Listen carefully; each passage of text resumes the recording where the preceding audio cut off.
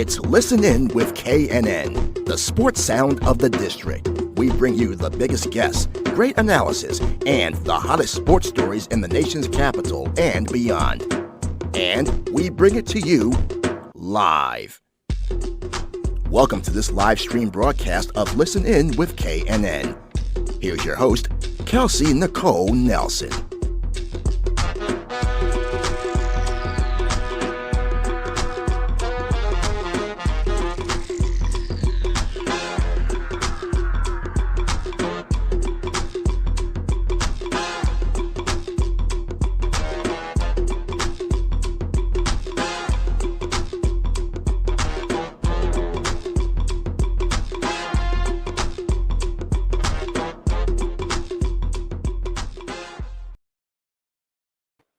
All right. Hello, everyone, and welcome to another live stream edition of Listen In with KNN, sports talk radio show and podcast. Now, today I am super excited because I have a very special guest who also has DMV roots. So, yes, I'm playing favorites, but you guys know the show is based in the DMV, and we're going to be talking DMV basketball. I'm sure you guys all watched the very proclaimed documentary, Basketball County in the Water, that our very own KD put out on Showtime Sports. And today I'm going to have somebody that helped put it together. He goes by the name of John Beckham, and he is going to join me in 3, 2, and 1. John, how are you today? Hey, Kelsey, how's it going? I'm good. I'm so glad you liked the intro. But I figure I was like, he's from DMV, so you get the DMV feel when you come to the show, John. For sure. I heard a little bit of that go-go beat. Yeah, and you're born and bred in PG County, right? Well, I was born in D.C., like so many of us are, but was raised in PG County. Yeah. Nice. So you're native Washingtonian, and then of course you get the PG County feel, and then go-go. I know that was kind of a theme that was interpreted in the documentary that you guys brought, because of course it's home here in the DMV area. So talk about some of the influences there that you listened to growing up, and why it was so important for you all to put it in the documentary that you all put out. So growing up in high school specifically, go-go got really big for me and everybody that was playing basketball. And Backyard Band was really going then. Northeast Groovers, of course, there was Essence, Yes. and Chuck Brown, and all the older school stuff. But we listened to a lot of Backyard. We had that one Huckabucks album where it was all original stuff. So go-go was important for a lot of us, and I'm glad we put it into the film a little bit. Yeah, it definitely made it feel like home. And again, I'm glad that you were able to bring that, because you grew up listening to it. And talk about just your experience growing up in the area, what it was like for you. Because of course now it's a very different area, but just want to hear your experience. Sure. Yeah. I mean, I grew up in Berwyn Heights, which is a neighborhood in Prince George's County. Both my parents are there, kind of middle class. But went to DeMatha and Parkdale, and just kind of grew up playing basketball and sports here. And that's like so many of us, just sports was such a big part of our life, and music always jumps in on top of that. So basketball, music, kind of the culture of the county, that's how I was raised, and I'm glad that we could share some of that into the film. Yeah, the film had it all, a touch of culture, a touch of basketball, and you guys got to touch on so many greats. And then also, John, I have to give you some props, because like me, you are an alum of the University of Maryland, College Park. So forever fear the turtle. And of course, we know about the great basketball greats that went through there. And staying on Maryland, you guys touched on Lynn Bias, who of course is something that's near and dear to Maryland basketball hearts. But talk about how your experience at Maryland kind of played into the filmmaking process. Well, I grew up around the corner from Maryland. If you know where Berwyn Heights is, it's essentially part of College Park. So, me and a couple of my best friends used to sneak out of our house and go ride our bikes up to the quad at University of Maryland and play basketball. We were like in 7th and 8th grade. And that's where you could find runs when you were a kid, because they had the lights on there. So, I mean, that was just a spot to play. And then, we won a national championship while I was at school there. And basketball is huge at the University of Maryland. So that was just another factor that was part of my life in basketball, is that the university is right around the corner, and we watched every game in my house. And it was just huge for us. So go Terps for sure. Yes, forever fear the turtle. And I have to say, I'm a little jealous you got a basketball championship when you were at Maryland. I'm class of 2014. So they didn't do that. But you know what? Hopefully soon it's in the near future for Maryland basketball. And then you talked about playing basketball there. I remember when I was there, we'd play basketball at the Epley Recreation Center. But just like you said, basketball is such a part of Maryland culture, part of DMV culture. And I have to applaud you and Jimmy Jenkins and KD and so many others that were part of this film for really putting it on the map? Because I think when people think about the DMV, I think we're a place that breeds ball players, but specifically PG County. And you guys, of course, focused on that. We're calling it GOAT County, but kind of talk about PG County and what you all were trying to show through this film, through the basketball greats that were featured. Sure. I mean, one thing that we have to acknowledge is that DC, Montgomery County, Northern Virginia, I mean, all of it's kind of one, right? I mean, and we all can kind of can play. But the aspect of Prince George's County being like its own little county, it's in a small state of Maryland, just kind of made everything more interesting. I don't know if it would have got picked up by a network if you would have said, hey, this is about DC area basketball, right? And then because people would be like, well, you know, Chicago's got good basketball, Seattle's got good basketball. But when you go with the angle that, hey, this is a county in a small state, then everybody's ears really perk up. So that's kind of we don't want to like say anything bad about DC and Montgomery County. We're all family. We all like not basketball, but we focused on Prince George's County because it's a special county. It's where both Jimmy and I were from. It's where KD's from. It's where everybody in the film is from. So we made it really centric to the county.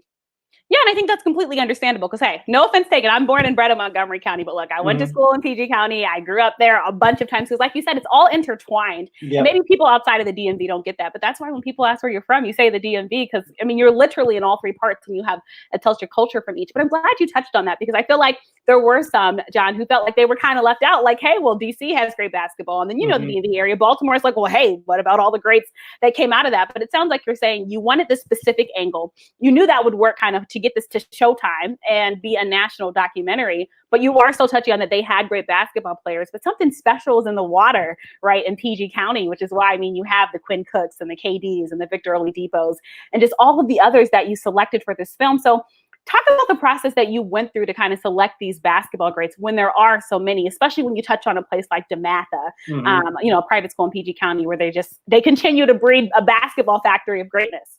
Sure. Well, I mean, we wanted to get as many of the NBA guys as possible.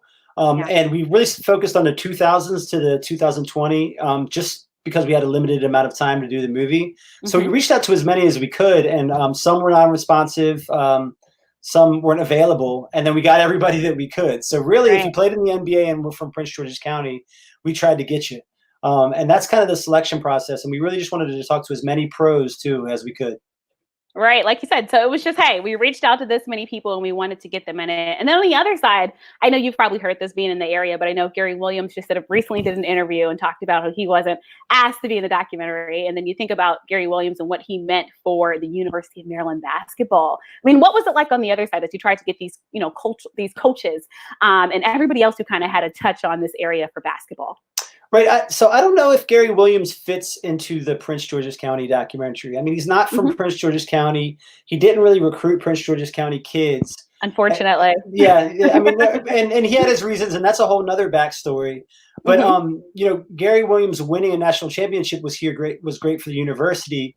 Right. But there wasn't like lots of county kids on that team. Gary's not from the county. And there wasn't really a University of Maryland. So if you've watched In the Water, it's like a bunch of little short stories, right? There's Andy Henderson, there's Len Bias, there's Curtis Malone, and then you got the new guys. And Gary doesn't really fit into any of those, right? He wasn't coaching Len Bias. And then we kind of moved from the University of Maryland. So there wasn't really a fit there with Gary. I love Gary, by the way. But I don't know if there's a huge fit in the PG County documentary, unless we added a specific segment for University of Maryland, which we didn't have. Right. Because I think you talked about this in previous interviews, but you had a time allotment. So you're trying to, like you said, put all these short stories into it. You had to kind of pick the most compelling. And I think you did. You focused on, of course, a lot of the current players. Of course, KD being kind of the draw-in for this. 35 Ventures doing it. But I think KD has just such a unique story because I think when he kind of elevated to that next level, people really did start to look at PG County differently in terms of a national landscape. Because you think about areas like California, like you said, Chicago, and so many other places where great ball players come from. But now I think people are saying, all right, the DMV truly is on the map. And I think your film helped to do that. And then also, I just have to ask you, though, with dropping it during the documentary, of course, The Last Dance, you guys put it out right before those last two episodes. Like, what was the process behind that? I mean, was that strategic? Was it just something you had to do? Kind of talk about that process. Yeah, so that's more on the network of when they wanted to drop it. I know that people have been really hungry for sports content. Yes. So this is this was a very good time to drop it because everybody's sitting on their couch. We can't go out. The Last Dance was amazing. So dropping it while that was out, I think that meant that more eyes were looking at sports documentary films. So I think it was a good time to drop it. Just everybody's sitting on their couch. The Last Dance had a snowball effect with sports documentaries. So it felt like this was a good time to drop it. And I think Showtime put it out then to capitalize on it. And as you think about the DMV area and you put this out, I'm curious, what has the reaction been like from people that you grew up with or people from the area to this documentary? That's a good question. So there's kind of typically two buckets. Yeah. Well, first off, everybody says it's done well, which is great. Which is good. Yeah, that's a good thing. But then there's some people that are like, wow, it was beautiful, great job. And then there's the other side, and they're typically basketball players. They're like, oh, how come you didn't have him or in? Or like, why did I get to say this and this and this? Oh, you missed this. But that's typical to the DMV. For any of your listeners that aren't in the DMV, hate is kind of love a little bit too, and there's a lot of it. So so we got our fair share of it, but Jimmy and I expected that. Like Jimmy's like, yo, we're gonna get hate on a lot for this, and I was like, I know, but at the end of the day, we're proud of it. We think it was well done, and that seems to be the overarching feedback, is that it was well done, and really that's what we wanted to have, is a well done picture. Yeah, you guys captured just so many things in the documentary. And I'm curious, based off of the feedback, are you curious at all to maybe do a part 2 or something else that will come out maybe in the near future? You got us hungry for it, John. I'm not sure. I'm not really sure how that's going to play out. Nobody's reached out to me about that. I don't know. I'm putting the call out for you. Yeah, I'm not sure. That's a good question. I don't really know how that's going to play out. Yeah. And also just getting back to the documentary, I'm just curious to see, what was the process like working with KD and Quinn Cook and others as they tried to tell their side of the story, but you're also just trying to capture the larger story at whole? Like, how involved were they in this process? They were involved. Jimmy and I's job as directors are kind of to make sure this thing goes from start to end and it gets finished and the story gets told the right way. But Kevin is from here too. And Kevin, dabbles with music, and I feel like he's an artist as well. So of course, in this place that he loves so much, he's going to have his input and his team is as well. And we had a writer named Imani Martin. It was really well that helped us shape kind of the scope of everything. Right. So there was a lot of cooks in the kitchen, which can be very frustrating. Yeah. It can be, and it can make the process kind of long. But I think ultimately it produced something that was really special. And Kevin was a big part of it, just like Quinn was, just like Vic was. Everybody that did an interview was important to the piece. I loved it. I'm just going to touch on some of the big names: Victor Oladipo, Kevin Durant, Mike Beasley, Quinn Cook, Steve Francis, Markelle Fultz, Ty Lawson, Len Bias, of course, Jeff Greene, Marissa Coleman. The Grant brothers, like just so many. And I don't think people really have fully captured all of these big names into it. But just looking back at that process, and it sounds like you're comfortable with what you did, but if you could go back and do anything differently, would you? Wow. I don't know. I'm bringing the heat to you. You are bringing the heat. Do anything differently. So it's not like I was the number one shot caller on this. There was a couple of us, and I'll bring up Jimmy again. So it's not for me to say, would I do anything differently? I would want to do just like what we did with the whole movie and talk to them and be like, hey, what would y'all do differently? Maybe this, or this. Yeah. I think that, I don't know. I'm pretty happy with it, Kelsey, and I don't appreciate this heat you're bringing on me right now. Look, I'm a Terp alum, so look, it's nothing bad. It's nothing bad, but I just had to ask. Like I said, I thought it was well done. And again, just hearing people that didn't really know about the DMV, John, reach out to me and tell me, well, I didn't know this or I didn't know that. And then, of course, for me, seeing landmarks and stuff that I knew growing up, it was great. And I think you overall encompassed it and you told the story of DMV basketball. Because again, I don't think everyone knows the level that it's to. And then also, you have a background in hoops, right? You played basketball. Mm-hmm. Yeah, I still do. And for me, I'm a relatively new filmmaker, right? This is my first network piece. And congratulations. Thank you. And it's really close to my heart because I grew up here and I love the sport. And everybody was a part of it. It was so nice. So when I think about would I do something different, I'm not there. Where I am is grateful. I'm just in a place of being grateful to 35 Ventures, to my partner Jimmy, to everybody that did the interview, to the community that's producing it and promoting it. So that's where I'm at. I don't think I'd go back and do anything different now. if that was erased from the books, I mean, and we could start all over again, I think things would be a little faster, and we'd know a little bit more about the story, and we'd do a little bit of better job with archiving and stuff like that. But for where we're at, I'm just grateful. That's it. Yeah, I think grateful is a good word. And just staying with that, if you had one word to describe the DMV basketball scene, or let's say PG County basketball scene, what word would you choose?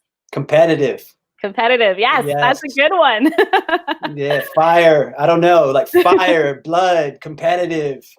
Yeah, because I think it touched on it. Like, if you played at DeMatha, think about the people that came before you, and then you're trying to get at this school, get noticed, and then of course we see kind of what happens after DeMatha and the great colleges that these guys go on to, and then sometimes the NBA. But just, did you know that full story of DeMatha before this documentary, or did you learn a lot from doing this documentary and talking with these players? Not about DeMatha. So we did a really good job of researching everything, and being from here and being a hooper, you're always told the stories from everybody. So we had a good handle on it. I think one of the issues, and this is going to go back to your earlier question of what we have done different, is that there's so many hoopers and so many stories that as directors, Jimmy and I wanted to tell them all. But that's impossible to do, especially for people that don't know where Prince George's County is. Right. So we learned some from the interviews too, but like we had a pretty good idea of what was going on before we started shooting the movie. Okay, just had to ask, and I figured. I know you guys did your research. Again, that's why the documentary was so well. And I'm curious to get your thoughts on this. So Niche.com earlier this year, they released a list of the best high schools for athletes in Prince George's County. And I just want to get your thoughts on if you agree with this list. So number 1, they had Dr. Henry A. Wise Junior High School. At 2, they had DeMatha Catholic. 3, Eleanor Roosevelt High School. 4, Charles Herbert Flowers High School. 5, Flowers, Jimbo. Yeah, and then 5 was Ginn Park, 6 was Potomac High School, 7 was Largo, 8 was Oxon Hill, 9 was Frederick Douglass High School, and 10 was Suitland High School. Do you agree with that list? Man, I don't know. I'm an old white boy. It's just, I don't know anymore. What do I know? I graduated from Parkdale and I went to DeMatha, so I'll say that DeMatha and Parkdale are 1 and 2. I don't know, and everybody else isn't on the list. I don't know. Yeah, you got to defend your high school. Look, nothing mad at it. Look, I'm unbiased. This is again, I'm from Montgomery County, so no one can tell me anything differently. So, Kelsey, actually, let me. That's an interesting list because we didn't really jump into public schools very much. Yeah. So Eleanor Roosevelt. I grew up right around the corner from Eleanor Roosevelt as well. Has always provided really good basketball, and Wise is in the last 10 years has been amazing. And there's a lot of public schools that deserve credit. But again, when we go back to the movie, I've heard this critique like, "Hey, you guys didn't talk about the public schools," and it's like, but where does that fit? Like, we can't just have a segment on PG County public schools because nobody, like people in California, aren't going to care about public schools in Prince George's County, right? So maybe if we could have added some, maybe I don't know how you do it, but we love the public schools in Prince George's County, and we wish there would have been more time for them in the movie. Yeah, and I think it's a great point that you touched on because I also heard that. And again, I thought it was well done. But like you said, I think when you do a documentary, and yes, it's known for the DMV, you're going to have people that love it and you're going to have people that hate it. And of course, especially if someone's high school is left out, they're going to feel away, right, John? Like it just is what it is. Yeah. But growing up here, we've been privileged where I feel like I know so many people that have got to know an NBA player from just growing up in the area because that, again, is the talent that we produce and continue to produce. And I think now when people think of the DMV basketball scene, again, they have to take notice. We keep seeing these guys come up. And then again, we see the longevity in the NBA. The main guy, Kevin Durant, look at his success in the NBA. Quinn Cook continues to have success in the NBA. And so again, I go back to my earlier point. When we think of DMV basketball and we think of the NBA, I feel like it's kind of becoming synonymous in a sense where, again, it's like they know now to look for the talent here. And earlier you mentioned Maryland. I think that's a criticism that they've gotten for a long time. It's like, hello, you guys have this great talent in your backyard. Use it. Like I think about a star like Melo Trimble, who they were able to get from the area, or Anthony Cowan, or just like that. So hopefully, I'm hoping, John, our Terps take notice of the DMV area talent, especially in PG County. So many great hoopers from right there. Well, the question is, do they want to the PG County Hoopers want to stay in PG County? And that's the big question, yeah. Now PG County is a lot for a kid. Basketball is coming from every angle, and then you have your little entourages and stuff. So I understand when a kid is like, I want to get out of here and get a little breath and work on my game and work in the weight room and just kind of get away from all the limelight. Because we take basketball very seriously here at a very, very young age. Yeah. So hopefully the kids will want to stay around, but I get it if they don't. Yeah. And just going back to your background, you talk about how serious we take basketball. So I know I grew up going to games at McDonough Arena and, Old Cole Fieldhouse and just so many places. Talk about your experience growing up here and like which hoopers were you watching and which hoopers did you idolize?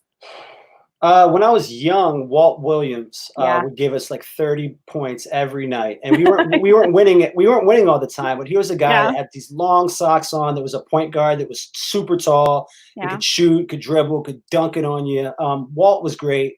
And then I guess in the next generation, you saw Steve Francis at the University of Maryland as well. Because as a Terp and as growing up around the corner from the school, I just watched all those guys. Tony Massenberg was great. Just if you were a University of Maryland Terrapin, I was watching you. So the Terps were my squad, and the Terps still are my squad. Yeah, so that's who I grew up watching. For sure. I love it. And something you touched on earlier, I think you have a different story than most of us. What was it like for you, John, growing up actually, I guess you were the minority in the sense, growing up in the area you were in. So what was that like for you? That's a good question. That's the first question I've got like that. I'm surprised this is the first time I've gotten it. This points back to basketball. Like on the basketball court, like everything is off. Like it doesn't matter what color you are. Right. Like if I played as hard as I could, and I always tried to win. Yeah. So my teammates respected me for that, and that carried over off the court. And I think that made everything a level playing field. And then from that, you kind of learn about respect, and you respect somebody regardless of who they are or what they look like or anything like that. And if you give respect, you get respect. So I had to. Without basketball, I think things could have been tougher on me in Parkdale specifically. But because of basketball, it really helped me through and kind of opened up my eyes and put me into some areas that maybe I would not have been without the sport. Yeah, which kind of makes me love the sport even more. Yeah, I think that's such a good point. I think you're right. I think that's why I love sports. Honestly, John, that's why I got into sports reporting. I love just how it brings us all together, and you can go to a sporting event with somebody that's so different than you, but you get along for those couple of hours and you root for that same team. I think it's magical and I think it's special. And that kind of brings me though now to COVID-19 happening. And, we see the basketball goals taken down at courts. Kids aren't able to go outside to be safe. So, how do you think we can kind of still embody the spirit of sports for children now during a difficult time like this, to help them kind of get through this time? It's tough. It's a good question. So I'm seeing a lot of trainers doing online videos where a kid can get out there in his driveway or her driveway and work on dribbling skills, or, run up and down the hill and just kind of take it back super old school before there were courts everywhere. Yeah. And just try to get some calisthenics in, try to get some cardio in, and just work with the ball around your. I don't know. I'm just as confused as everybody else, but I see that people are using social media in a way to help kids not be bored to death and to help them get their game better. So I think social media can help, I guess. Yeah. I wish the hoops were still up. I know, it's tough. It's so hard for you to pass by court now and see no net or anything for the kids to hoop by. And I have to shout out Jimmy Jenkins because he's showing you a lot of love right now. So I will give you a chance to shout out Jimmy. Talk about what was the process like between you two? You talked about how this was kind of like your first film like this. Talk about that relationship that you guys had and how decisions were made, and just tell us all about that filmmaking process. Sure. So this was not Jimmy's first kind of major movie. He put out Sinners Wanted this year as well. It went out on TV1, I think. Yeah, I remember that. Yeah, a great film. So it was great for me to have a partner that have kind of already finished one of these things before. Right. It's one thing to start something; it's another thing completely to finish it. So that was that added some confidence to the team that that there was somebody that's actually finished one of these before. Right. And Jimmy and I are very similar in a lot of ways, and so decisions typically were made.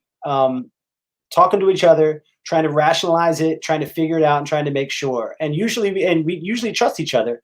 Right. And then if we didn't and we get into an argument, we would just yell at each other. And then after we were done yelling at each other, we would say, "Okay, so we're gonna do it or not?" And then we just make a quick decision. So it was very brotherly, and it was kind of like a basketball game, like being on the same team. Like both of us saw that all we wanted to do was finish this thing and it to be good.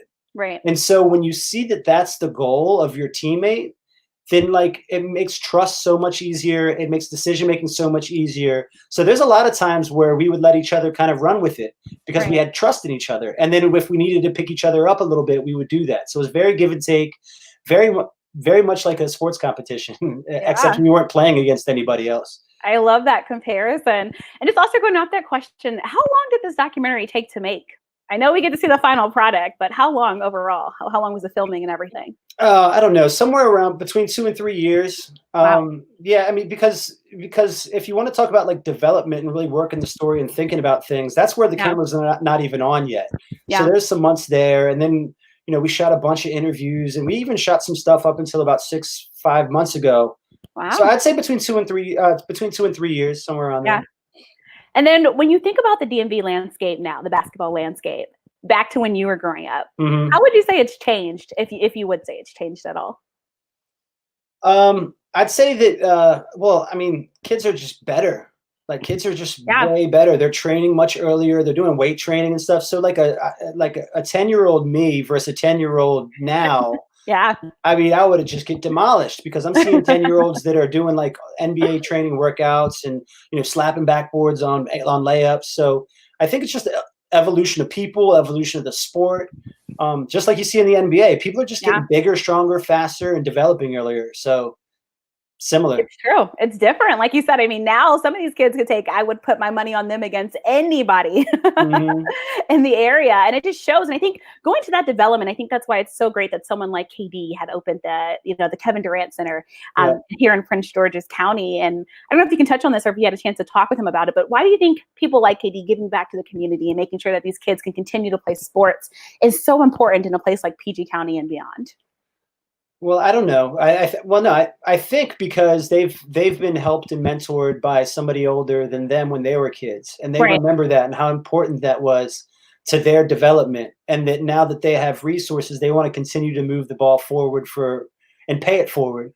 And that creates a cycle in PG County, and that's been happening since the 70s and 80s when guys would go to college and then they'd come back during the summers and play basketball with everybody and coach people. So I think it's a way for us to continue to give the youth something and to pay it forward and to keep this snowball going downhill. Yeah, I love it. Like you said, it's paying it back, paying it forward. I think, KD is pretty infamous now talking about, the relationship that he has with the county and how many mentors he had that touched him. And of course, we all see the relationship with his mom. And I think that's another question I have for you, John. I know some are saying, they wanted to see some more of like that family interaction and things like that. Talk about that. Was that something that was important to you all? Like talking about kind of the parent structures and, other things that kind of went into these players, making them who they are within Prince George's County. Yeah. So, family is such an important part of successful people, usually. Now, sometimes it's not, but usually there's going to be a really strong support group around somebody that's very, very successful, whether that's parents, whether that's coaches, whether that's aunts and uncles, whether that's friends, family, whatever. Right. So it was important for us to make sure that people understood, our movie would try to explain why Prince George's County. Why is Prince George's County the hotbed? And one of the reasons is that the community is very community focused, and people tend to help each other out and tend to give back and tend to help raise each other's kids. And so that's an answer as to why. So we had to put that into the movie. Yeah, I love it. Like you said, that family feel. If nobody's been to Prince George's County, I mean, it's a suburb outside of DC, but like you said, it has that family feel, and that's why I think it's been so great growing up here. Because even if it's not your own parents, somebody else's parents were probably like a parent to you, because that's what we do. That's what we do in the DMV area. And like you said, it's everyone coming together. You go to a basketball game, the whole community's there. You're watching the Goodman League or whatever else you're watching. It's that vibe, and that's I think what we feed off of. And I think that's what I would want people to know most about DMV basketball when I think about it in the larger landscape. And again, I'm just happy that attention is on it, because I've never seen excitement, John, at this all-time high level for DMV ballers and DMV hoopers. And before I let you go, just curious, any last thoughts or anything that you want people to know most about the film or take away from the film or the documentary for those who haven't watched it? Well, for those people in different areas that are like, oh, PG County ain't nothing, like, we're better. For people that are for people like that, I got two messages for them. One, go ahead and make a movie about it then. Yeah, because that's what we did. And then number two, come on over here and come play, and we'll see what it is. Come play. Yeah, come play us, come see us. So I mean, at the end of the day, Jimmy and I are just two guys from Prince George's County that grew up playing basketball that love film. So we made a movie about it. Yeah. So like other people can do it too. And maybe that'll continue this snowball effect going, and we'll have more and more basketball stories about more and more amazing areas. And we would love to see it. Yeah. And I love what you just said. You said, you guys are just two guys from PG County that wanted to start this film and do it. For kids out there, John, who want to be like you, who want to get in the filmmaking process, or even college students who want to be where you are, but just haven't had that opportunity yet. Any advice of words of wisdom you'd give to them? Sure. Use the internet. Use the internet. There is so much great stuff online. If you have money, sign up for Masterclass. If you don't have money, don't sign up for Masterclass, but go onto YouTube. Check out all kinds of podcasts. Making Movies is Hard is a great podcast. There's all kinds of resources where you can learn how people make film and listen to. There's a podcast called Off Camera where you can hear filmmakers and actors talk about their process. Yeah. You can learn so much. Do your research. You're not going to just jump into this. You have to pay your dues, and pay your dues by learning. And if you want to learn, do it. Yes. I love that. I love that, John. It was such a pleasure having you. I have to thank you so much for coming to the show. If you guys haven't watched the documentary yet, you heard it from John Beckham here first. You need to watch it. It shows love to the county. So especially everyone in the DMV, you need to get on this film. It's still available on Showtime. Highly, highly recommend it. It's a Memorial Day weekend, so what better way than to spend an hour watching this documentary? John, thank you so much for joining me. It was an absolute pleasure. Thank you, Kelsey. Take care. Perfect. Thanks. Have a great one. All right. Bye. All right, so you guys heard it here first. John Beckham joined me. Of course, he is the co-director of Basketball County in the Water, the film that Kevin Durant helped to produce that really focused on all of the great local talent that we get from Prince George's County, Maryland. Highly recommended. A special thanks to John for joining. Jimmy was showing love. So Jimmy Jenkins, we're going to have to get you on the show too to talk about DMV hoops. And also, in future shows, I'm very excited that I'll be touching on basketball influences in Baltimore, Montgomery County, and also DC because you all are asking for it. And this is the show that will continue to deliver. So thank you all for joining me for this special edition episode of Listen In with KNN, presented by Fox Sports Radio. I hope you'll be back.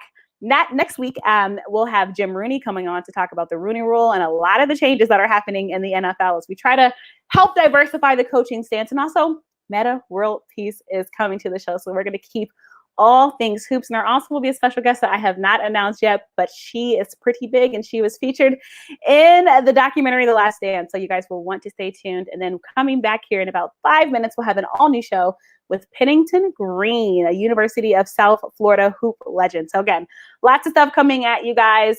Very excited to release this. And thank you all for staying with the show again. It's available on YouTube. It's also available on Google Play, iTunes, everything. The iTunes version, you can catch the live stream version, but tune in each and every week. And don't forget to watch In the Water. All right. Thank you guys so much for listening. This has been another special edition of Listen In with KNN. And I'm your host, Kelsey Nicole Nelson. Bye, guys.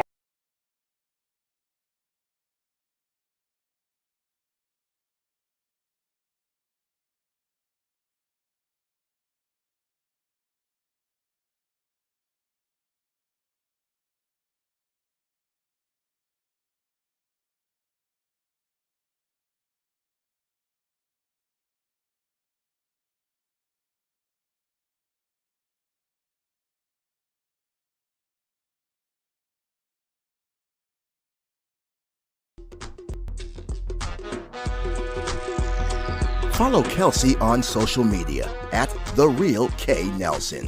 And catch each broadcast of Listen In with KNN on air at AM 1340 and 96.9 FM Fox Sports Radio on YouTube, on Facebook and Twitter, and online at KelseyNicoleNelson.com. Thank you for watching this special live stream broadcast of Listen In with KNN.